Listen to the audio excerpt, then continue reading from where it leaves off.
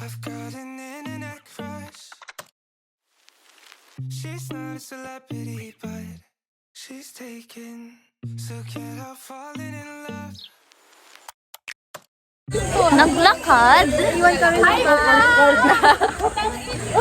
Ano ba magbabas tayo? Ayun nga eh. Ay, puta.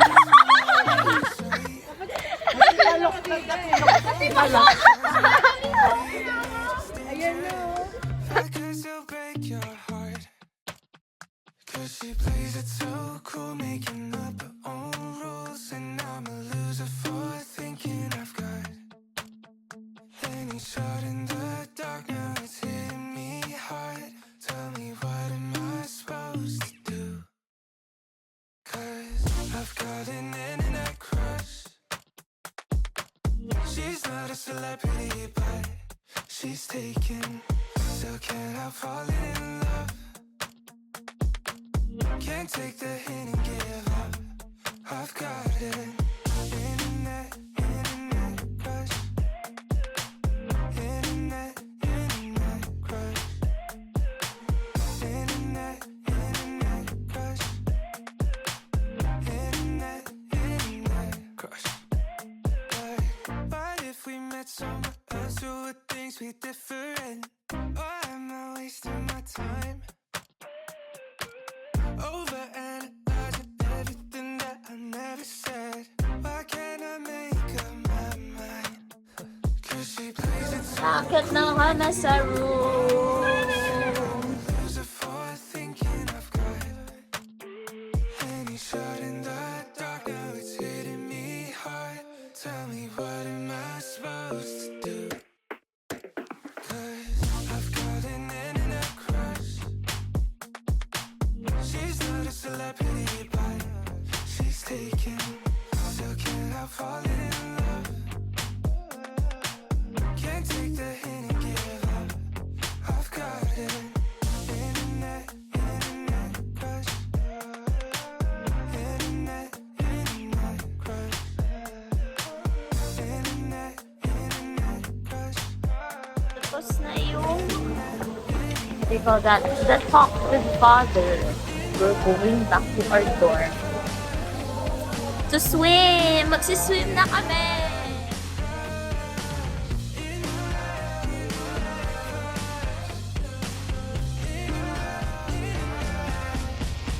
Crush. Nagsiswim na kami.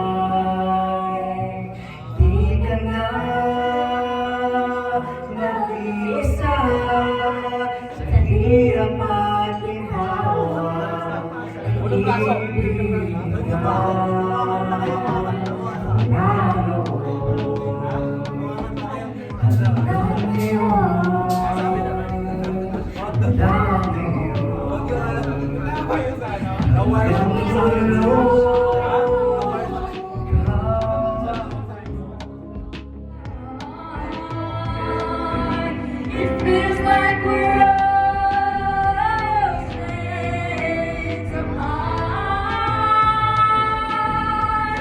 There's so much space between us.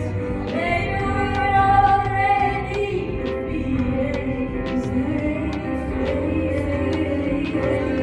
yeah, we may change me.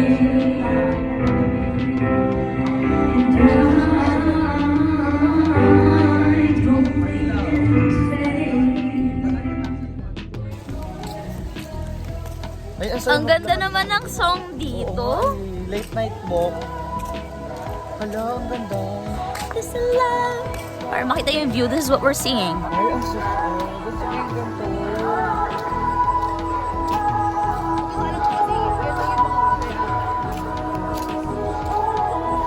Relax yung vibes. Balik siya dito, wala nang ulo. Grabe. Magtatanong yan. Tigil ka ba? Ang drama mo. Di yan scary kaya? Oh, nawala siya. Bukas morning na lang. Ayun nga At eh. least may liwanag. Maganda kasi. Oh, di mo pati siya. Balik na tayo doon. I've got an internet crush. She's not a celebrity, but she's taken. So can't help falling in love. Can't take the hint and give up. My mama told me don't talk to people you haven't met. I guess my mama was right. But it's not 'cause everybody you meet is dangerous. But 'cause they'll break your heart. 'Cause she plays it so cool, making up her own rules. And I'm a loser for thinking I've got any shot in the dark. Now it's hitting me hard. Tell me, what am I supposed to do? 'Cause I've got an internet crush. She's not a celebrity, but she's taken. Still can't help falling in love. Can't take the hint and give up. I've got an internet crush. Internet crush. Internet crush. Internet crush. But if we met somewhere else, would things be different? Or am I wasting my time? Overanalyzing everything that I never said.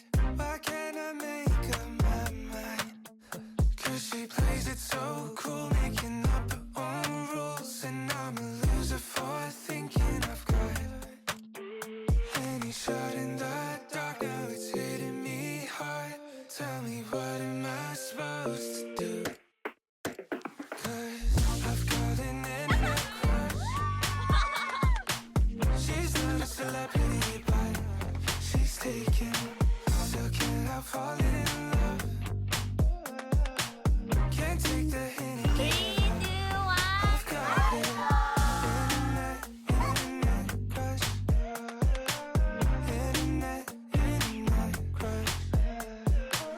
Internet